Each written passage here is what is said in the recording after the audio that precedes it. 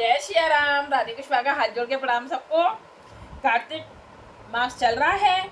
मैं आप सबको एक एक करके कहानी सुना रही हूँ, अध्याय सुना रही हूँ। आप लोग ध्यान से सुनिए। कार्तिक मास में इस जल्दी स्नान करने मात्र से और तुलसी माँ पर दीपक जलाने मात्र से, जल चढ़ाने से और दीपक जलाने से हमें बहुत पुण्य प्राप्त होता है। चलें अब छठवें अध्याय में क्या है, क्या लिखा है वो हम सब लोग सुनते हैं ध्यान पूर्वक से। 5 अध्याय मेरे डल चुके हैं और ये है 6वां अध्याय। तो आगे चलते हैं। नारद जी बोले, जब 2 घड़ी रात बाकी रहे, जब 2 घड़ी मतलब 3 बजे 4 बजे की बात बोल रहे, तब तुलसी जी की मृतिका यानी कि मिट्टी, वस्त्र और कलश लेकर जलाशय पर जाए। जैसे कि कुआं है, तालाब है, गंगा जी हैं, यमुना जी हैं, तो उस जगह जाएं। और कार्तिक में जहाँ कहीं भी प्रत्येक जलाशय के जल में स्नान करना चाहिए। गर्म जल की अपेक्षा ठंडे जल में स्नान करना चाहिए। हमें कार्तिक मास में गर्म पानी से नहाना शुरू नहीं करना चाहिए, ठंडे पानी से नहाना चाहिए। गर्म जल की अपेक्षा ठंडे जल में स्नान करने से 10 गुना पुण्य होता है। उससे 100 गुना पुण्य बाहरी कुएं, मतलब बाहर जो हमारे घर से बाहर कुएं हैं, तालाब है, गंगा है, यमुना है, ये इस जगह करने से लाभ होता है। में जल में स्नान करने से होता है, उससे भी अधिक पुण्य पोखर में स्नान करने से होता है। पोखर, तालाब वगैरह हो। और उससे भी अधिक पुण्य कार्तिक में नदी स्नान करने से होता है। यमुना जी, गंगा जी, ऐसे नदी में स्नान करने से पुण्य होता है। उससे भी 10 गुना, सबसे 10 गुना बढ़ता ही चला जा रहा है। उससे भी 10 गुना पुण्य वहां होता है जहां 2 नदियां का संगम हो, दो नदियां मिलती हो, वहां संगम हो, वहां का होता है। और यदि कहीं 3 नदियां का संगम हो तो वह पुण्य की कोई सीमा ही नहीं है। ये 6वें अध्याय में बता रहे हैं। स्नान से पहले भगवान का ध्यान करके स्नार्थ संकल्प करना चाहिए। फिर तीर्थ उपस्थित देवताओं को क्रमशः अर्घ्य, आचमनीय आदि देना चाहिए। अर्घ्य जो देते हैं हम, वो देना चाहिए। अर्घ्य मंत्र इस प्रकार है, हे कमलनाथ, आपको नमस्कार है। अर्घ्य मंत्र कौन सा है अर्घ्य देने का? हे कमलनाथ, आपको नमस्कार है। हे जलसाई भगवान, आपको प्रणाम है। हे जलसाई भगवान, आपको प्रणाम है। हे ऋषिकेश, आपको नमस्कार है। मेरे दिए अर्घ्य को आप ग्रहण करें। वैकुंठ, प्रयाग तथा बद्रिकाश्रम में जहाँ कहीं भगवान विष्णु गए, बहुत ध्यान से सुनना, वहां उन्होंने 3 प्रकार से अपना पांव रखा था। वहां पर ऋषि, वेद, यज्ञों सहित सभी देवता मेरी रक्षा करते रहें। हे जनार्दन, हे दामोदर, हे देवेश, आपको प्रसन्न करने हेतु मैं कार्तिक मास में विधि विधान से ब्रह्म मुहूर्त में स्नान कर रहा हूँ। आपकी कृपा से मेरे सभी पापों का नाश हो। हे प्रभु, कार्तिक मास में व्रत तथा विधि पूर्वक स्नान करने वाला मैं अर्घ देता हूँ। ये सब देती हूँ। आप राधिका सहित ग्रहण करें। विष्णु भगवान जी से बोल रहे हैं। हे कृष्ण, हे बलशाली राक्षसों का संहार करने वाले भगवान, हे पापों का नाश करने वाले, कार्तिक मास में प्रतिदिन दिए हुए मेरे इस अर्घ द्वारा कार्तिक स्नान का व्रत करने वाला फल मुझे प्राप्त हो। तत्पश्चात विष्णु, शिव तथा सूर्य का ध्यान करके जल में प्रवेश कर नाभि के बराबर जल में खड़े होकर विधि पूर्वक स्नान करना चाहिए।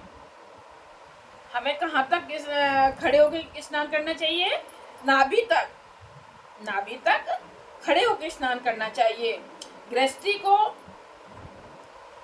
को तिल और आंवले का चूर्ण लगाकर,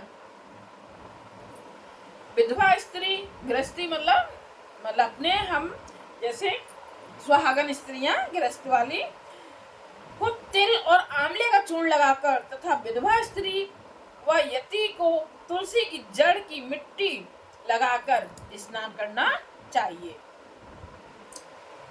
सप्तमी, अमावस्या, नवमी, त्रयोदशी, तृतीया, दशमी आदि तिथियों को आंवला तथा तिल से स्नान करना चाहिए। फिर से ध्यान से सुन लो।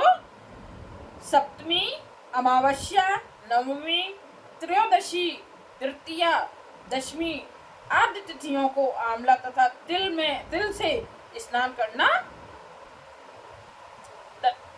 वर्जित है, करना नहीं चाहिए, वर्जित है। स्नान करते हुए निम्न शब्दों का उच्चारण करना चाहिए।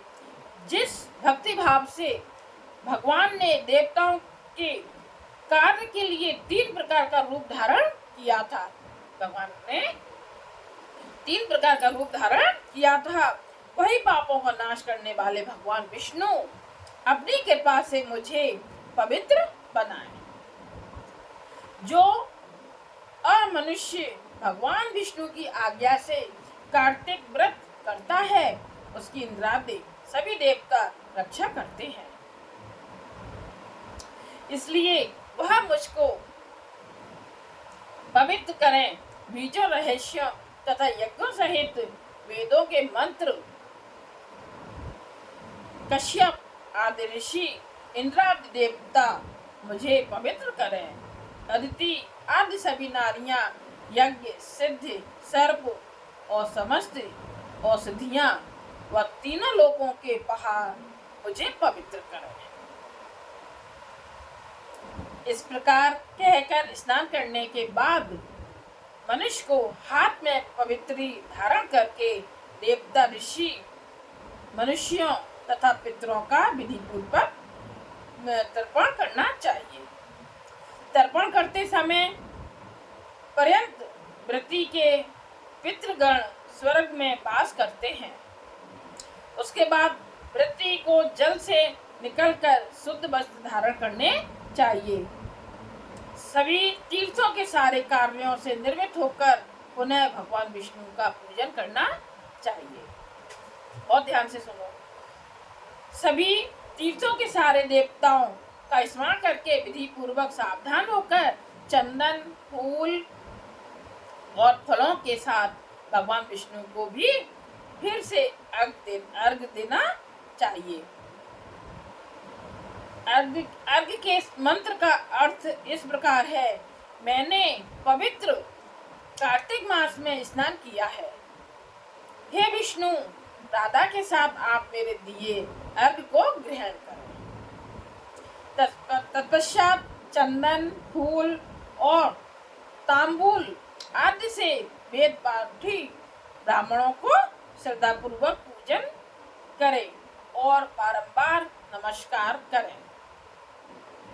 ब्राह्मणों के दाएं पांव में तीर्थों का वास होता है। ब्राह्मणों के दाएं पांव में तीर्थों का वास होता है। मुंह में वेद और समस्त अंगों में देवताओं का वास होता है। अपने कल्याण की इच्छा रखने वाले मनुष्य को इनका ना तो अपमान करना चाहिए और ना ही इनका विरोध करना चाहिए। फिर एकाग्रचित्त होकर भगवान विष्णु की प्रिय तुलसी जी की पूजा करनी चाहिए। उनकी परिक्रमा करके उनको प्रणाम करना चाहिए। हे देवी, हे तुलसी, देवताओं ने ही प्राचीन काल से तुम्हारा निर्माण किया है और ऋषियों ने तुम्हारी पूजा की है। हे विष्णु प्रिया, तुलसी आपको नमस्कार है, आप मेरे समस्त पापों को नष्ट करो। इस प्रकार जो मनुष्य भक्ति पूर्वक कार्तिक व्रत का अनुष्ठान करते हैं वे संसार के सुखों का भोग करते हुए अंत में मोक्ष को प्राप्त होते हैं। ये था छठा अध्याय कार्तिक मास का। जय सिया राम। ध्यान से सुनना, सारे अध्याय में डाल रही हूँ, एक एक करके आप ध्यान से सुनो। इसका भगवान बहुत हमारे ऊपर कृपा करेंगे, बहुत फल देंगे, घर में सुख शांति समृद्धि बनी रहेगी। जय सिया राम। रानी कुष्मा का हाथ जोड़ के प्रणाम सबको।